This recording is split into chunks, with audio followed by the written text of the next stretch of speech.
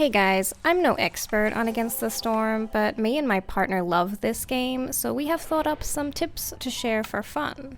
The first one is you do not need to choose orders or blueprints straight away.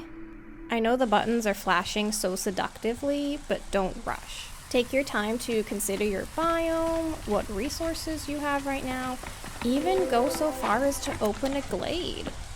I like to cross-reference orders with blueprints, so if I see an order to build either a herbalist camp or a trapper's camp, I make sure to check my blueprints first and see if one of those buildings is there, and then I will take the order. Another reason to be careful with orders is when an order will give you a building as a reward. You don't want to forget about that and accidentally choose that building as a blueprint choice. The next tip is to utilize seasonal modifiers correctly. Ones such as Berry New Year, Worms After the Rain, Heavy Drops, the ones that are active during the drizzle. It can be so much more efficient to have a worker on doing these jobs only during the drizzle. For example, look at this villager collecting spark dew from the rain collector. During drizzle, they take 30 seconds to produce 7 spark dew, but outside of that season, they only produce 2. This villager could be a lot better utilized elsewhere during clearance and the storm. Another example is the +3 to meat production. Every node has a certain amount of resource that can be collected from it. These nodes of meat here have 23 charges. So without any modifiers or upgrades, these lizards would collect 23 meat per node. However, with mating season, they can collect 4 meat for every 1 charge during drizzle. That means if you only harvest during drizzle, they will collect a total of 92 meat. Of course, you can still collect meat during other seasons if you have this modifier.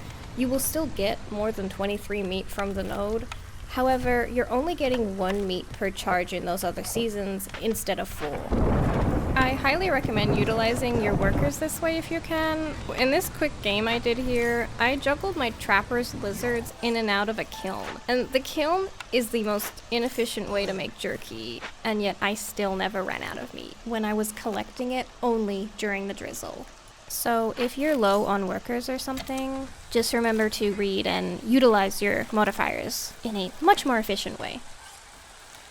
Next tip is Hostility cheese. If the storm is ravaging you and you're already sacrificing in the hearth or you have nothing to sacrifice at all, try taking a woodcutter off to reduce hostility, but make sure you can handle the reduced wood intake first.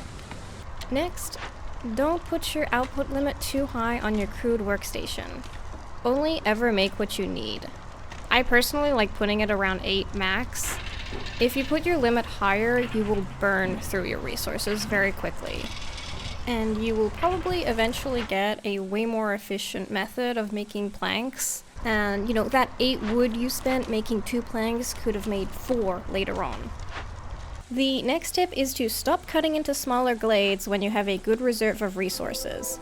Mid-game, small glades raise hostility without a big enough benefit compared to dangerous glades. And at higher difficulties, you just might not be able to handle any unnecessary hostility. The next tip is to remember the consumption tool.